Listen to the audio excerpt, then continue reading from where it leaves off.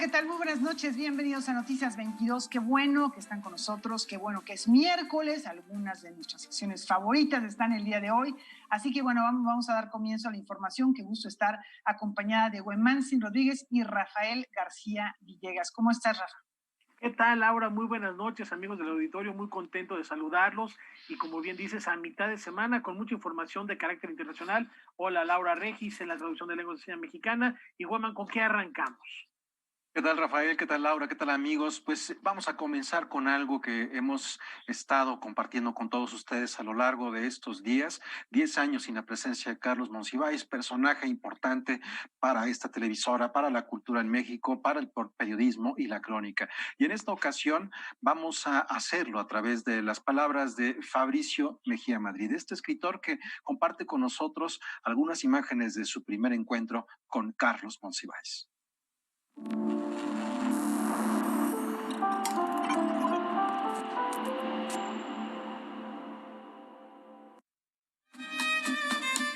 Bueno, como todos los encuentros con Carlos Monsiváis, fue telefónico.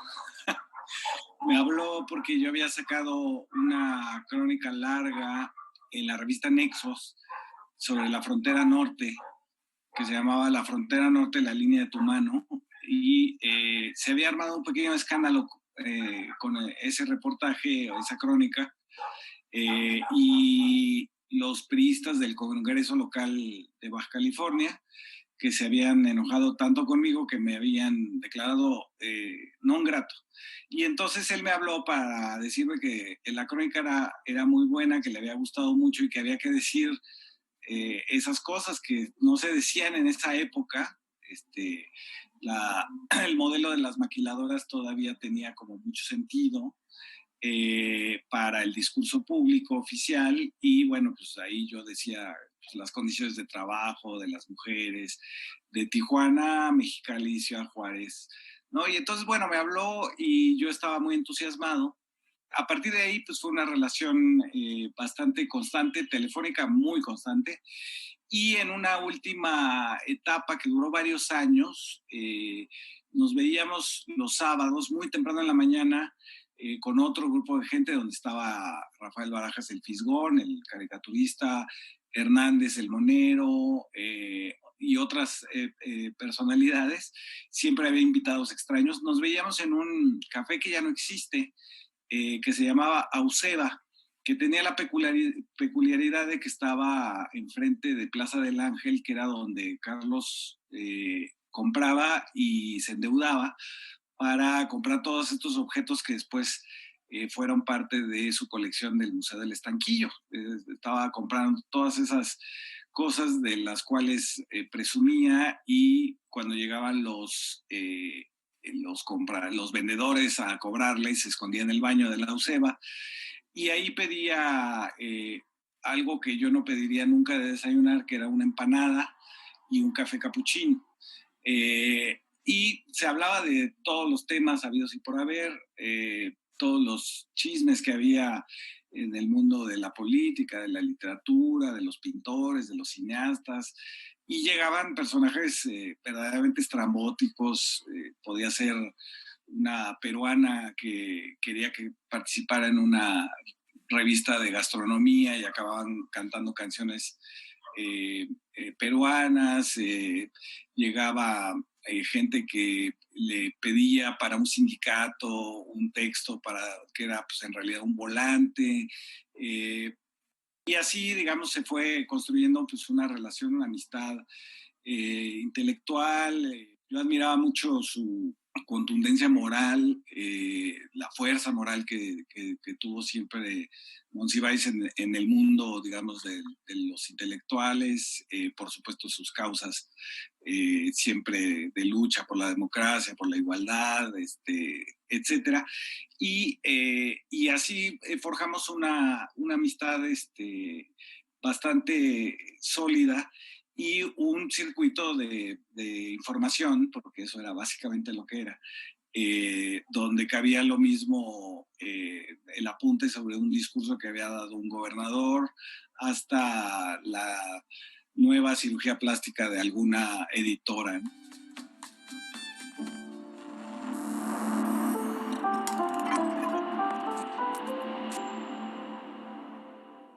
Bueno, Carlos Monsiváis es un personaje que era una anécdota en sí mismo. Es muy rico escuchar estos primeros encuentros que ha tenido con otras personalidades de la cultura. A 10 años de su partida sigue presente en la memoria y en el imaginario colectivo de México, Carlos Monsiváis. Y en otros temas hay una reunión muy interesante internacional que tiene como objetivo crear la plataforma Canoa. Esto es la primera red panhispánica que busca internacionalizar la cultura hablada en nuestro idioma. La Universidad Nacional Autónoma de México firmó con el Instituto Cervantes de España, el Centro Cultural Inca Garcilaso de Perú y el Instituto Caro y Cuervo de Colombia el acuerdo para poner en marcha la plataforma Canoa, primera red panhispánica para internacionalizar la cultura en español, lengua que en el mundo cuenta con 577 millones de hablantes y de los cuales 480 millones son nativos del idioma. En estos tiempos de globalización como un polo importante de cultura y por eso se llama Red Panhispánica para la internacionalización de la cultura en español. Yo creo que es muy importante y la participación de México a través de la Universidad Nacional pues es muy significativa. ¿Por qué? Porque México es el país que tiene el mayor número de hablantes de español. 1 de cada 4 hablantes de español es mexicano, de manera que si la Universidad Nacional es la más grande del orbe hispánico, es absolutamente natural que haya suscrito un convenio de esta naturaleza para contribuir a la difusión de la cultura panhispánica en el resto del mundo, sobre todo en los países, obviamente, que no hablan español. Este proyecto rescata ciertamente el valor federador. El proyecto de Canoa fue presentado en marzo de 2019 durante el Congreso Internacional de la Lengua Española, celebrado en Córdoba, Argentina. En el caso de nuestro país, la dimensión pluricultural ha encontrado en el español un elemento de cohesión. Hay lenguas que tienen una dimensión internacional mayor como el inglés, pero no es lengua materna de tantas personas como lo es el español. Y porque hay otras lenguas que tienen un número de hablantes mayor, pero que no salen de sus países, como el indio, como el mandarín, de manera tal que la cultura en español es realmente una cultura muy importante y en estos tiempos de globalización es importante que de la cultura panhispánica, que se pretende conservar la unidad del español con estas instituciones. Se espera que diversos organismos involucrados en los aspectos culturales y lingüísticos del mundo hispánico se integren a esta iniciativa. Ya existe un acercamiento con la Universidad de Buenos Aires y en próximas fechas se llevará a cabo una reunión que albergará la UNAM. En nuestro país, por ejemplo, todavía la lengua española, que es el patrimonio común, que es lo que nos dio nacionalidad, porque no había inteligibilidad entre las diferentes lenguas originarias, sigue siendo considerada en buena medida como una lengua de conquista, que no asumimos como un verdadero y riquísimo patrimonio cultural. Y eso ocurre en otros países hispanoamericanos en mayor o en menor medida, y yo creo que no es de ninguna manera incompatible la consideración y la valoración de la lengua española y el respeto y la promoción de las lenguas originarias de México. Muy felices en el Instituto Cervantes. Durante la ceremonia se adelantaron 3 ejes que guiarán las acciones y que se centran en el español como lengua de la ciencia, el entorno digital y la cultura hispánica y la participación de las mujeres. Noticias 22, Víctor Gaspar. Oigan, pues sí está muy interesante. Qué bueno que se unan distintos institutos, distintas instancias para hacer del español una lengua aún más fuerte, porque si vemos la cantidad de personas que la hablan como segunda lengua, resulta importante como una lengua franca en diversos países del orbe. Y por otra parte, les comentamos que mañana el muy reconocido, muy cercano a nosotros, violonchelista, escritor, académico, Carlos Prieto, va a presentar un resumen de su próxima publicación, un adelanto de su próxima publicación dedicada a los músicos jóvenes. El próximo jueves 25 de junio a las 13 horas, el violonchelista y escritor Carlos Prieto presentará un resumen de su libro titulado La música clásica, algunos conceptos fundamentales y breves notas históricas, próximo a publicarse en la colección La Academia para Jóvenes. Es un libro que está dirigido sobre todo a los jóvenes músicos, a los jóvenes artistas. No es un libro que pretenda ser de una profundidad extraordinaria, sino es un libro que espero yo que se pueda leer con cierta facilidad. Y como le digo, está dirigido a los jóvenes. A lo largo de su carrera ha sido promotor de la música contemporánea para violonchelo, enriqueciendo el repertorio del instrumento de cuerda. Hasta la fecha ha estrenado 108 obras de compositores mexicanos y de prácticamente todo el planeta, lo que lo convierte en uno de los más respetados violonchelistas del mundo. Yo cuando empecé a hacer giras de conciertos fuera de México, me pedían frecuentemente que tocara algún concierto de algún compositor mexicano para violonchelo y orquesta. Y entonces me puse a investigar qué obras había, y con considerable alarma me di cuenta que los conciertos mexicanos para cello y orquesta los contaba usted con los dedos de una mano y le sobraban varios dedos. Entonces me di a la tarea de intentar convencer a los principales compositores de México que se interesaran por el cello y que compusieran obras para violonchelo. Y al cabo de algunos años ya tenía yo más de 30 obras de compositores mexicanos.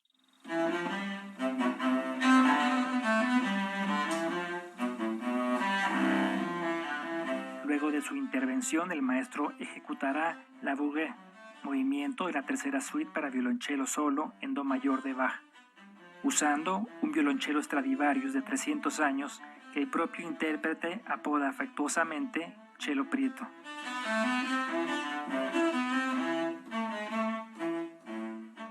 Estudiar 10 horas al día, 8 horas al día, nunca ha sido un esfuerzo para mí, al contrario, siempre ha sido un placer.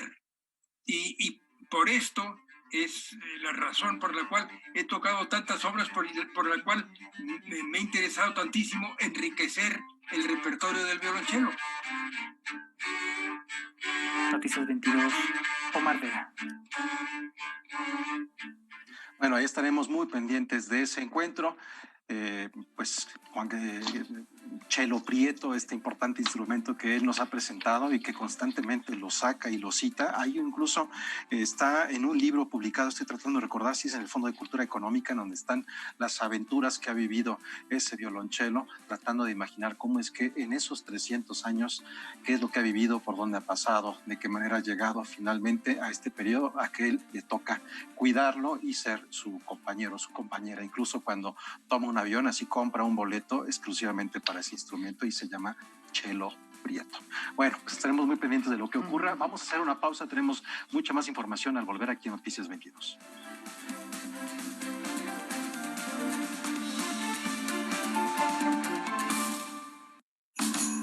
La fe mueve montañas, y así lo han entendido a lo largo de la historia todos los artistas que se pusieron al servicio de Dios para intentar plasmarla. It's incredibly powerful in terms of explaining things. Everybody can get it. Anyone can get it. Literally, a Christmas gift, like a present. Fe, nuevo capítulo. Ramón Jenner presenta Esto es Arte. Series estelares. Sábado, 21 horas. En México está creciendo la esperanza, un movimiento que se vuelve cada día más grande con la honestidad, las propuestas y la alegría de nuestra gente. Estamos unidos y eso nos hace más fuertes para transformar lo que parecía imposible cambiar. En cada ciudad, en todas las regiones, somos más los mexicanos con Morena y contigo seremos la mayoría que va a comenzar un nuevo capítulo en la historia de México. Vente a Morena, la esperanza de México. Juntos haremos historia.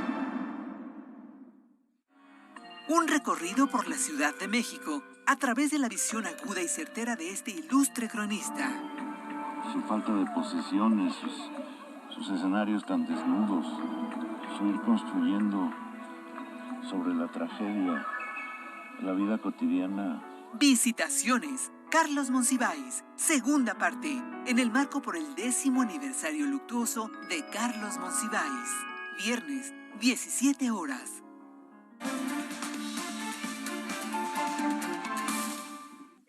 Hoy las huellas del talento mexicano nos llevan a las costas de San Diego, en California. Noticias 22 presenta su diáspora cultural.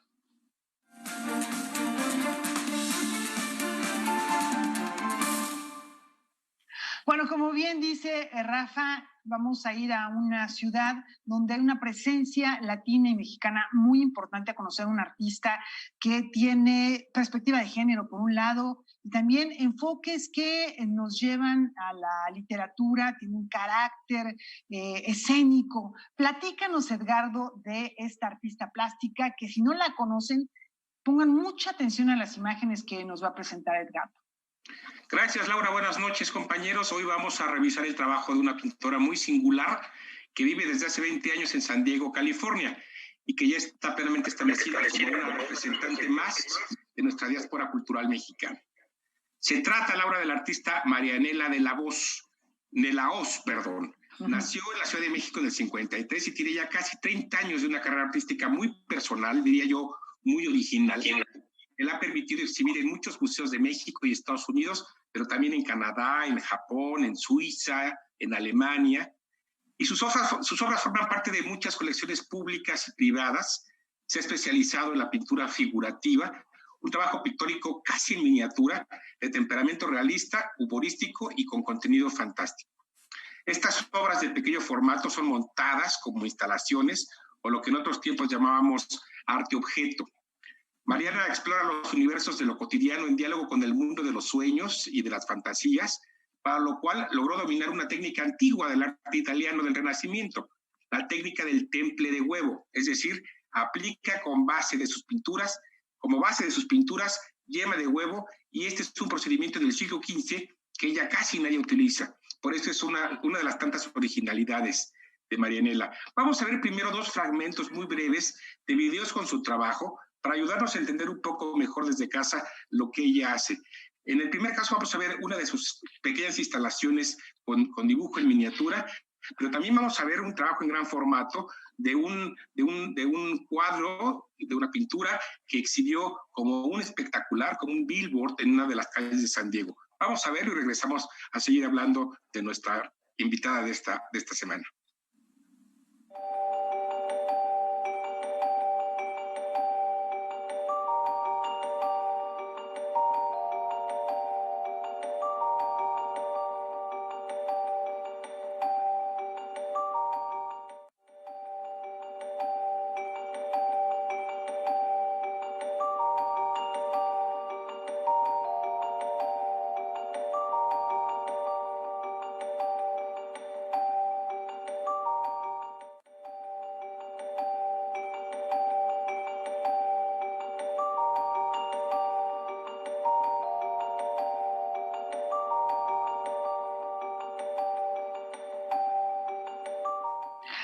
Edgardo, y Marianela de la Hoz tiene una página de internet en la que explica su trabajo, habla justamente de esta intimidad en la obra que realiza, que hace retratos no porque se trate exclusivamente de imágenes de personas, sino son retratos sociales, retratos de nuestra contemporaneidad, abrevando de todos estos elementos y del pasado también mucho.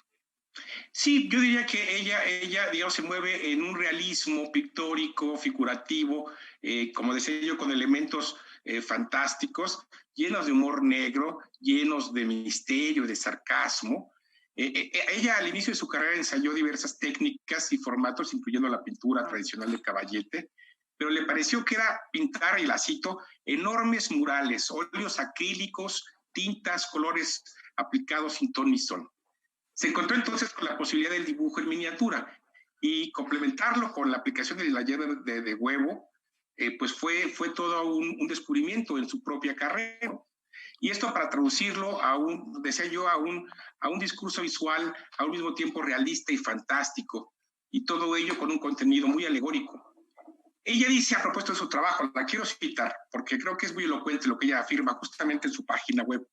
Para mí, dice Marianela, Usar esta técnica antigua me permite conjugar las enseñanzas de los maestros del pasado, agregando temas contemporáneos. Como el temple de huevo requiere ser paciente y agregar capas y capas de pintura, me da la oportunidad de disfrutar de una larga conversación con los personajes que estoy creando. Mi pintura es íntima, nos dice, como esos relicarios en los que se guardaba el retrato del ser amado, un mechón de pelo o una carta de amor.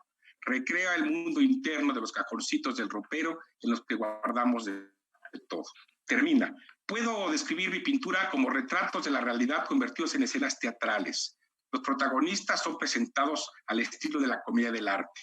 Y bueno, pues ella ha expuesto en muchos museos de Estados Unidos y aquí en México el año pasado, antepasado, estuvo en el Centro Cultural Tijuana, en el Secut, y antes se expuso en el Museo del Chopo, en el Centro Cultural España, en el Festival Cervantino y en el Salón de Pintura de Vancomer, de modo que tiene una auténtica relación binacional, estando ella misma en un territorio de frontera como lo es San Diego, y es una perfecta representante de esta biculturalidad que representa a la integración cultural norteamericana a la que pertenecemos en el siglo XXI. No, pues la verdad es que es un descubrimiento, un hallazgo el que ahora nos presentas. Yo no la conocía, he estado revisando su trabajo a lo largo del día. A mí, por ejemplo, esta utilización de técnicas de el Renacimiento, las miniaturas, también me lleva a los pintores flamencos, a Hugo van der Goes, Van der Weyden, Petrus Christus, en fin, tiene algo de esto por ahí, también el surrealismo, no se puede negar su presencia. Así que bueno, es una artista muy, muy peculiar, hay que seguirla, hay que buscarla en su página, hay videos suyos también en internet, así que te agradecemos muchísimo, Edgardo, que nos permitas descubrir artistas que no son tan conocidos, aunque, como bien dices, han tenido presencia en instituciones de México y jamás rompen el puente con nuestro país. ¿Cómo ves, Rafa? Muy interesante, Laura, ya hablas de surrealismo, pero aquí lo atractivo es realismo fusionado con el surrealismo. Hay imágenes que parecen fotografías y alcanzan este cariz de ensoñación, de cuestiones oníricas, y de verdad es un trabajo muy atractivo y celebramos que Edgardo ponga a Marianela de la Hoz esta noche en la palestra y por supuesto en la mira para seguir la diáspora cultural. Muchas gracias, Edgardo. Y ahora hacemos un viaje directo desde California hasta la capital alemana, porque allá el Museo de Grabado y Artes Gráficas de Berlín dedica una exposición al arte pop sobre papel con los mayores exponentes a nivel internacional. Para conocer más detalles de esta muestra nos conectamos a la capital alemana con Valentina Torrado de nuestro canal aliado Deutsche Welle, y además de esta exposición de arte pop, ha sido una de las primeras habilitadas y abiertas ya al público. Valentina, ¿cómo estás? Muy buenas noches, platícanos. Un placer volverlos a saludar desde Berlín. Efectivamente, esta muestra en el Museo Kupferstichkabinett, que forma parte de los Museos Nacionales de Berlín, ha sido una de las primeras en abrir sus puertas al público luego de varias semanas de museos clausurados por la pandemia. Bajo el nombre de Pop on Paper, Arte sobre Papel, este museo reúne y presenta por primera vez las obras más destacadas de su colección de arte pop, que es una de las más importantes de Europa. Además, cabe destacar que el Kupferstichkabinett tiene la colección gráfica más grande de Alemania y una de las 4 más importantes del mundo. Para que se hagan una idea, cuenta con más de 500.000 obras gráficas impresas y cerca de 100.000 obras sobre papel desde el medioevo hasta la actualidad de artistas europeos y americanos de la época más reciente. Es fascinante, mi estimada Valentina. Ya vemos algunas imágenes de las que nos compartes. Son muy fáciles de identificar, pero platícanos de qué manera se está representando el arte pop en esta exposición, ya que también hablas que abarca varios periodos de tiempo, mucho antes de que se acuñara este término. Esta muestra despliega un amplio espectro estilístico y temático de obras de arte pop sobre papel que va desde el génesis del movimiento en Reino Unido con referentes como Eduardo Paolozzi y Richard Hamilton hasta su desarrollo en Estados Unidos con artistas como Andy Warhol, Roy Lichtenstein, Jasper Jones y Robert Rauschenberg. A nivel europeo también se desarrolló esta corriente y en la muestra se presentan referentes como Sigmar Polke, Equipo Crónica y la participación femenina de la mano de Ulrike Oettinger y María Lasnig, entre otras. No obstante, la selección de obras para esta exposición pone el énfasis en trabajos de serigrafía de Andy Warhol y Roy Lichtenstein. De Andy Warhol, además de sus obras más representativas, como son los retratos en colores fuertes de personalidades famosas como Marilyn Monroe o Jackie Kennedy, el público puede ver obras poco conocidas pertenecientes al comienzo de su carrera como ilustrador. Pues bien, hay referentes indiscutibles del arte pop, Valentina, pero ¿cuáles podríamos decir que son los puntos en común de estas obras expuestas y cuáles serían esas claves para identificarlo o subrayarlo precisamente como arte pop? Las obras seleccionadas de la colección del museo para esta exposición, además de ser sobre papel, comparten la presencia de planos de color fuertes en formas claras y simples. Hablamos de arte pop porque fue la producción artística en un momento determinado en el siglo XX, con fuente de inspiración en la estética de la vida cotidiana, con la representación tanto de escenas banales, así como de productos y bienes de consumo populares. El arte pop popular trabaja en la descontextualización de las imágenes u objetos de su contexto habitual para así llevarlos al mundo del arte, destacando algún sentido o rasgo cultural concreto, en este caso la representación del consumismo, la masificación y el culto a la imagen y a la moda. De esta manera el arte se volvería masivo o popular. Además, la utilización de la técnica del grabado como medio de expresión no fue aleatoria, sino una elección que se ajustó perfecto a esa lógica de reproducción y masificación. Fue un gusto haber compartido estos minutos con ustedes, les deseo mucha salud y me despido de ustedes hasta la próxima. Valentina Torrado de DW. Hasta la próxima, mi querida Valentina. Suena fascinante esta exposición. Qué bueno ver que ya se está moviendo la vida cultural allá en Alemania, en la capital, en Berlín, con esta muestra que se antoja fascinante y que por supuesto trae varias evocaciones. No sé si fue Hamilton o Lichtenstein el que primero acuña ese término, porque en uno de sus collages había una lollipop, una gran paleta de caramelo, y ahí se acuña el término de arte pop, que después Andy Warhol pues llevaría a las nubes, a la gloria y a la palestra internacional. ¿Cómo ves la muestra, mi estimado Weman?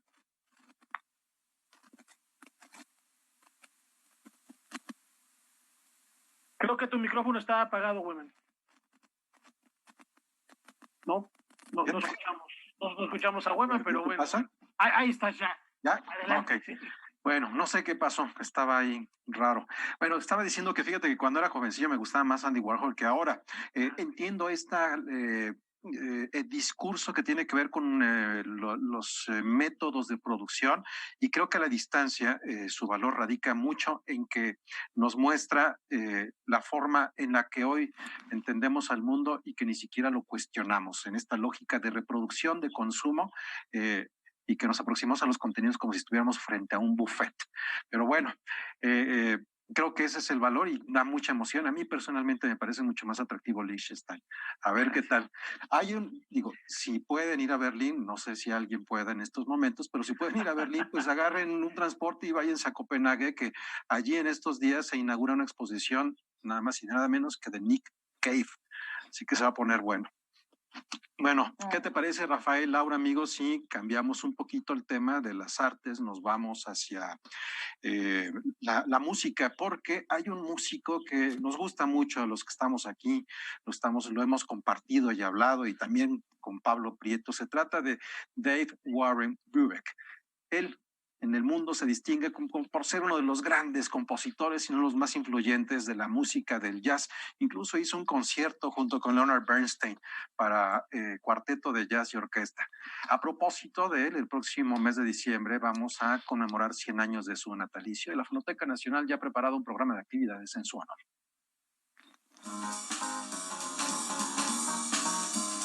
En 2020 se conmemora el natalicio del singular ícono del jazz, Dave Brubeck. Por ello, la Fonoteca Nacional organiza una sesión de escucha en línea en donde participa el músico Pablo Prieto, quien ha dedicado parte de su investigación al músico californiano. Es un músico universal que, debido a las influencias que tuvo desde niño con su madre, que tocaba música clásica y era su maestro de piano, con las influencias de la música de los 40s, finales de los 30s, principios de los 40s, la era del swing, Benny Goodman, Duke Ellington, y mucho por el área donde él nació en California, con la música de los indios americanos. Entonces, él se convirtió en una esponja que supo absorber estas tres principales influencias que mezcló en su música. Fueron varias las etapas que ocuparon la creación de Dave Brubeck, que iniciaron en el año 1951. Brubeck tuvo varias etapas. El comienzo de su cuarteto, que fue en agosto de 1951, el clásico cuarteto de Dave Brubeck se posicionó en un público que no era de jazz y que su esposa Ayola Brubeck supo manejarlo muy bien para poder dar conciertos en las escuelas y universidades de Estados Unidos, especialmente del estado de California, lo cual lo colocó en un público muy diferente al jazz. Y de ahí obviamente viene una serie de éxitos en 1954 con su disco Jazz Goes to College. El reconocimiento de Brubeck lo llevó a ser portada en la revista Time en 1954 y a la firma con la casa disquera Columbia Records, que lo posicionó entre sus 5 más importantes artistas. En 1959 aparece el emblemático disco Time Out, de corte experimental, cuya originalidad despertó desconfianza y el cual, sin embargo, se convirtió en el primer disco de jazz en vender 1 millón de copias y posicionarlo con Take 5 entre los primeros lugares del Billboard. Brubeck no era querido dentro del círculo del jazz porque el problema con Brubeck es que no era un problema, desde luego, es que Brubeck le gustaba a la gente que no le gustaba el jazz o a la gente que no conocía el jazz, le gustaba Dave Brubeck. Eso causó mucha controversia. Y bueno, esto fue se hizo muy popular en aportaciones contrariamente complicadas, en compases irregulares, con armonías complejas y polirritmos, debido a sus dos grandes mentores en el estudio de la música, que fueron Arnold Schoenberg y el compositor francés Darius Milhaud.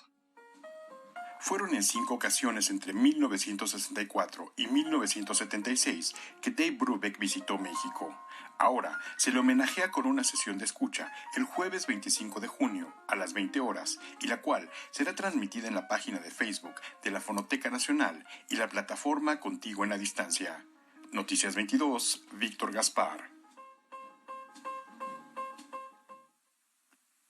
Oigan, y qué gusto haber podido presenciar una de las visitas de Dave Brubeck y su grupo a México, ya que, bueno, se veía que tenía un acercamiento importante, le gustaba mucho venir, vino todas las veces que pudo, como ya nos los contaba Pablo Prieto, como lo ha contado Antonio Malacara en otro momento, y poder haber estado ahí, pues de verdad, qué gusto, qué honor y qué recuerdos para Pablo Prieto.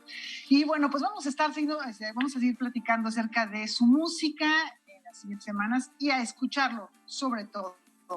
Tenemos una recomendación antes de ir a la pausa, en punto de las 9 de la noche, ya lo saben, no se pueden perder, Debate 22.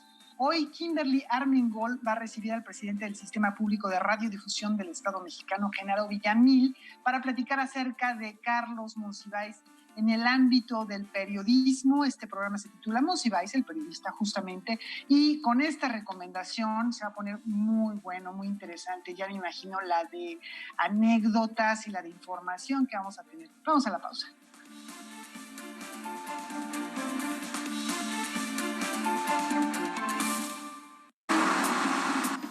¿Qué pasaría si pudieras regresar en el tiempo y arreglar cualquier situación de la que te arrepientes?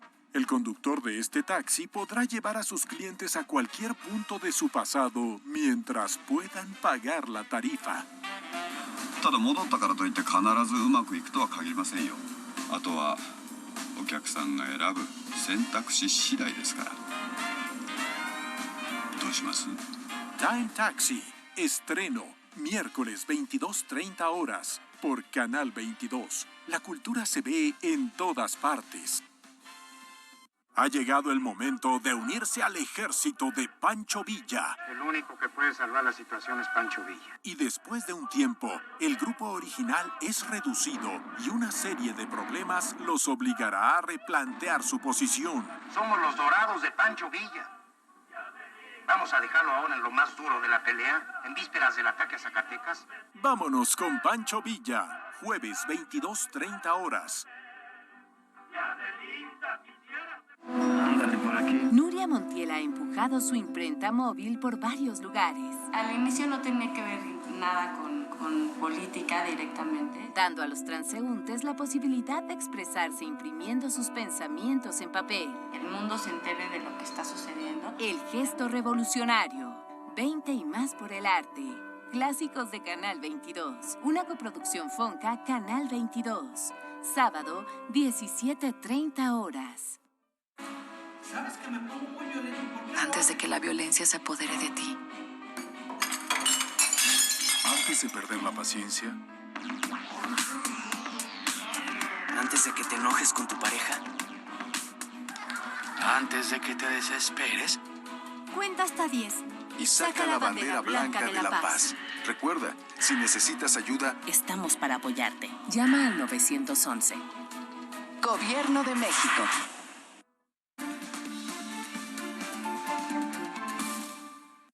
Continuamos con este serial de adaptaciones de las letras a las plataformas digitales. En esta ocasión, Francisco Hagenbeck nos revela el proceso que conlleva adaptar un libro a una serie televisiva y para esto logró convertir a los habitantes de la Ciudad de México en demonios. En el mundo de las letras todo puede suceder, y eso lo sabe bien Francisco Hagenbeck. El límite es la imaginación. Después de escribir El libro secreto de Frida Kahlo, regresó a los temas que le apasionaban, al universo de lo sobrenatural, con el libro El diablo me obligó. 10 años después, esta estrambótica historia se materializó en la serie Diablero, producida por Netflix. He tenido la ventaja de que mis libros han sido traducidos a bastantes idiomas, pero bueno, nunca me había pasado por una serie de televisión. Te digo, en Polonia fue muy bien recibida y en Rumania, en los países del antiguo bloque soviético, parece ser que les ha gustado mucho. El escritor nunca ha negado que para crear esta historia tomó como fuente de inspiración el cine de Quentin Tarantino, mezclado con elementos narrativos de Alan Moore, el maestro de la novela gráfica, y del artista visual y escritor Clive Barker. El gran conflicto era darle consistencia y verosimilitud. El secreto es que el mexicano acepta en el momento, sin necesidad de explicación, cualquier elemento paranormal o fantástico. Ese es el gran secreto del realismo mexicano, que convivimos perfectamente con la fantasía y el folclore y la mitología paranormal, sin necesidad de buscar una explicación. La explicación siempre viene, yo creo que de las raíces victorianas, inglesas, donde nace el terror. Siempre que había una historia de terror tenían que explicar por qué estaba el fantasma. Originalmente la historia se desarrolla en Los Ángeles, sin embargo la versión audiovisual se sitúa en la capital mexicana. Directores como Jorge Michel Grau, Rigoberto Castañeda y José Manuel Cravioto se encargaron de trasladarla a la idiosincrasia mexicana, plagada de leyendas e historias fantásticas. Porque aparte la palabra diablero proviene de allá, de Monterrey, fíjate. No es una palabra del centro del país, sino es más bien del norte, que la retomó Castañeda en su libro de las enseñanzas de Don Juan, que es el equivalente a un nahual, a alguien con poderes, o un chamán. Elvis Infante es el diablero, un cazador de demonios que se gana la vida traficando con ellos en el mercado negro. Horacio García Rojas se apropió del personaje. Tuve la oportunidad de ir a la filmación y conocí a Horacio por primera vez. Fue la escena donde están peleando los diablos en la cúpula. Llegó con el traje, llegó ya totalmente caracterizado. Y cuando lo vi, yo dije, a él lo conozco. Y nos empezamos a tratar como viejos conocidos. Él me conocía como autor y yo lo conocía como personaje. Y bueno, tenemos ahorita una gran relación maravillosa. Es un gran actor. El universo de Diablero se expande en la segunda temporada, pues toma un camino distinto al libro. Francisco Hagenbeck ve poco probable que se filme una tercera entrega, pero no descarta la posibilidad de cerrar la saga con una película. Noticias 22, Julio López. Y seguimos con temas de cine. Mañana es jueves de cine en Casa Buñuel y María Estela Fernández va a hablar sobre los secretos que hay detrás del diseño de vestuario. Con Bárbara Enríquez tendrá esta conversación. Por lo pronto, Julio López nos da los detalles. Jueves de Cine en Casa Buñuel concluye su primera temporada con la diseñadora de vestuario María Estela Fernández, que charlará con la directora de arte Bárbara Enríquez este jueves 25 de junio en punto de las 18 horas a través del canal de YouTube culturaendirecto.unam. Su llegada al mundo del cine se dio de manera azarosa, pues inició estudiando actuación. Tuve a bien tomar distancia del hecho de ser actriz y de estar sobre un escenario. Y me fui enfocando a través de conocer a Fiona Alexander, una gran vestuarista mexicana, mamá de Diego Luna. Bueno, ella es inglesa, pero realmente radicó e hizo su carrera aquí en México. La conocí, me vistió como actriz y me enamoré.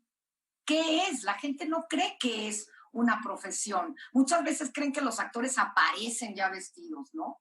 Entonces, mi oficio, mi quehacer y mi pasión es realmente ir contando una historia a través de colores y de formas y de crear personajes. Después de mucho intentar, es invitada por Luis Estrada a trabajar en su segundo largometraje, Bandidos. Y desde entonces, María Estela Fernández es la diseñadora de vestuario de todas sus películas. Colaboraron juntos en Ámbar, La Ley de Herodes, Un Mundo Maravilloso, El Infierno y La Dictadura Perfecta. También participó en la ópera prima del ahora mundialmente conocido director mexicano Alfonso Cuarón. No había yo prácticamente terminado Bandidos cuando mi gran amigo Alfonso Cuarón, a quien yo conocía como asistente de dirección de publicidad, me comunica que va a ser su primer largometraje. Y así es como entro a hacer Solo con tu pareja, porque me dijo, yo quiero que tú hagas el vestuario, y así es como hago mi segunda película. Carlos Carrera también se ha valido de su talento en varios proyectos. Su relación laboral inició con Un embrujo y continuó con El crimen del padre Amaro, Backyard el traspatio y De la infancia. Carlos Carrera, ¿qué te puedo decir? Es uno de los directores que me ha permitido estar más cerquita de él y ver su proceso. Es fascinante, es un hombre inteligente, capaz, genera además todo un ambiente de tranquilidad y de sabiduría y de precisión en sus rodajes.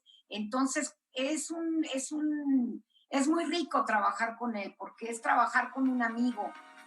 Hay dos proyectos internacionales que marcaron su carrera. El primero es Perdita Durango, dirigida por el cineasta español Alex de la Iglesia, y el otro es Antes de que anochezca, dirigida por Julian Schnabel y protagonizada por Javier Bardem, Johnny Depp y Diego Luna. Y ahí aprendí a ser menos rígida, ¿no? Ahora es complicadísimo porque es una película grandísima, de 5 épocas. El puritito Reinaldo de adulto tenía para mí nada más 70 cambios de vestuario a lo largo de distintas épocas, con múltiples, porque le pasaban cosas. En fin, fue realmente una aventura, trabajamos muchísimo. Y además, Julian, pues con eso, con esta libertad de poderte cambiar todo de un día para otro, no importa si la escena era de 500 extras. Esto es solo parte de la larga trayectoria de María Estela Fernández en el audiovisual, pues también ha incursionado en el mundo de las series. Noticias 22, Julio López. Bueno, ya nada más imagínense el hecho de trabajar con este último que mencionaba, con un artista plástico mundialmente reconocido, exigente, que explora muchos mundos audiovisuales como es Julian Schnabel. Qué retos, qué diversidad de películas, decenas de ellas que sin los vestuarios que ha creado, yo creo que serían completamente distintas desde el punto de vista de la imagen. Bueno, seguimos platicando de estos temas más adelante. Mañana va a haber más cine, así que por lo pronto nos vamos a una pausa y vamos a tener un poquitito más adelante información del ámbito internacional en Visión Global.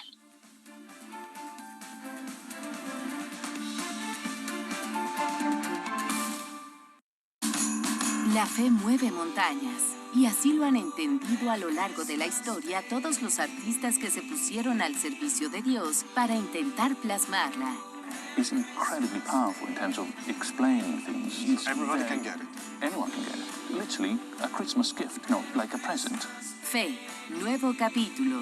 Ramón Gener presenta Esto es Arte. Series estelares. Sábado, 21 horas. Un recorrido por la Ciudad de México a través de la visión aguda y certera de este ilustre cronista.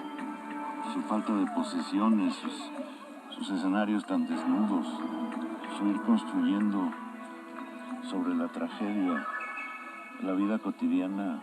Visitaciones. Carlos Monsiváis, segunda parte, en el marco por el 10º aniversario luctuoso de Carlos Monsiváis. Viernes, 17 horas. Continuamos aquí en Semanario N22. Damos cuenta de lo más destacado de la información cultural de la semana.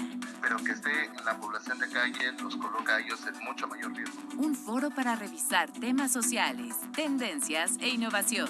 Las posibilidades tecnológicas que tenemos el día de hoy es de conectarnos con todo el mundo. Y eso es lo que hacemos aquí en Noticias 22 Digital y en Semanario N22. Semanario N22. Nuevos capítulos. Sábados, 18:30 horas. Hoy en punto de las 9 de la noche, lo espero, vamos a tener la compañía de Genaro Villamil. Vamos a hablar de Carlos Monsiváis a 10 años de su partida. Acompáñenos.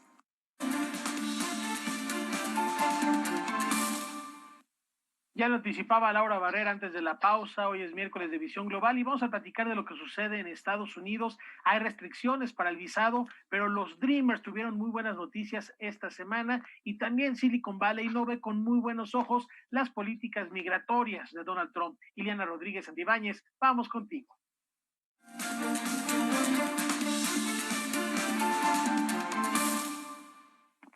Pues sí, todo un tema a la luz también de la pandemia, ya son tiempos post-COVID, casi, y ya hay que volver a hablar de los temas, cómo se van a interpretar a partir de esta.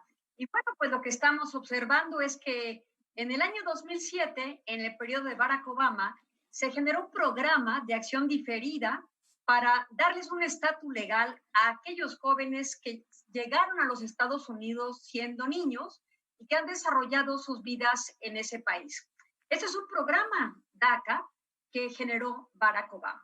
Nos vamos a una de las campañas de Donald Trump cuando se estaba lanzando para la presidencia y justamente enarboló el tema de Great American Again, hacer a América grande nuevamente, y donde el votante le favoreció para privilegiar la empleabilidad de los nacidos en los Estados Unidos.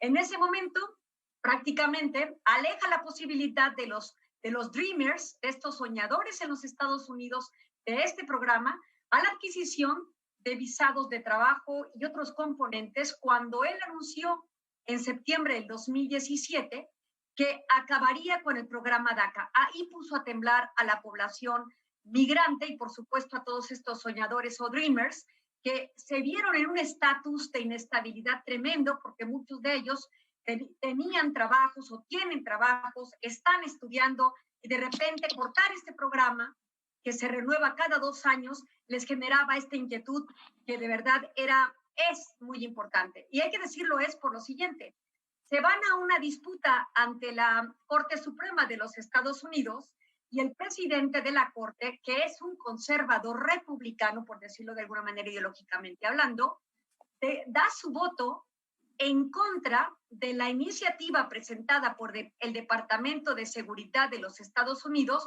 para quitar el DACA. Este juez, John Roberts, lo que dice es, en un voto prácticamente de 5 contra 4, que la acción tiene que proceder, el programa DACA tiene que continuar, porque no ha considerado el gobierno de los Estados Unidos qué va a hacer con estos prácticamente 800,000 jóvenes, de los cuales al menos 500,000 es de origen mexicano. ¿Qué va a hacer con estos grupos en estatus irregular una vez que quiten el DACA?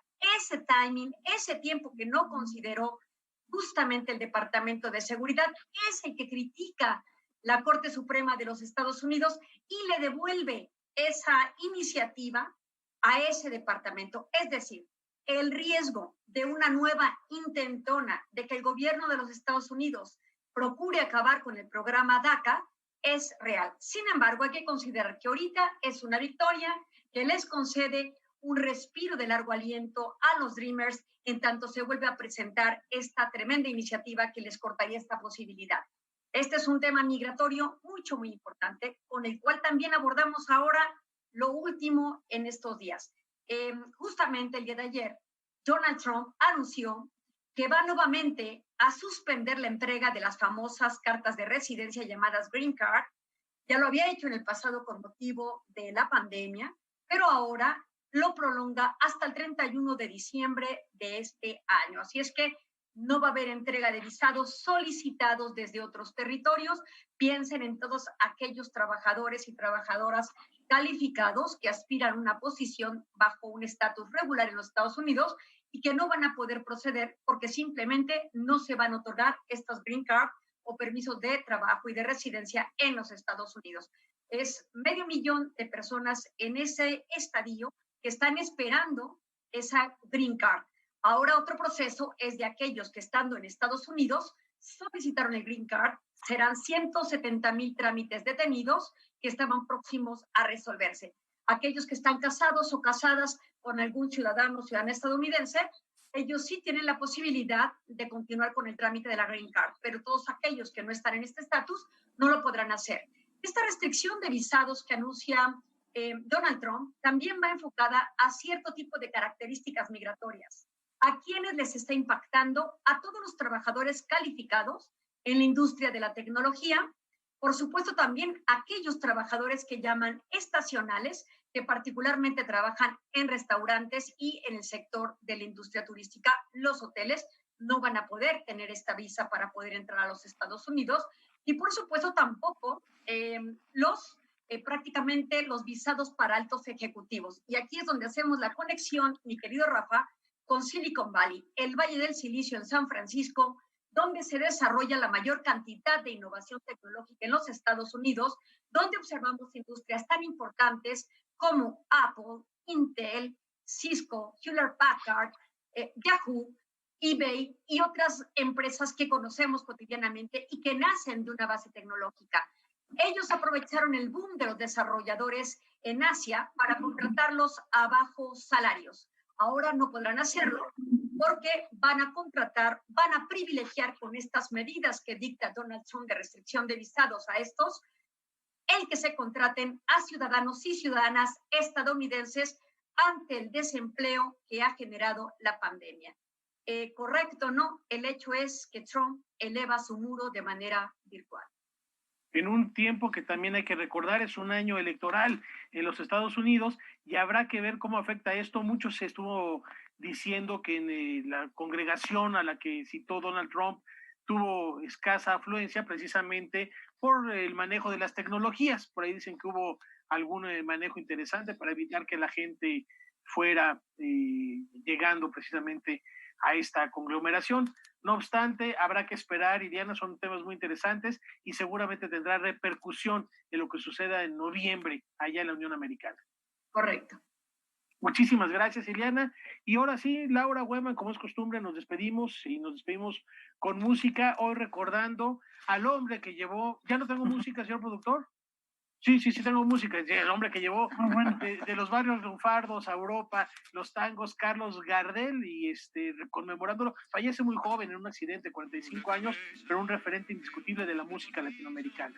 Y dices bien, Rafael, porque el tango tuvo un impacto tan grande en diferentes partes de Europa que, por ejemplo, en Finlandia es música popular.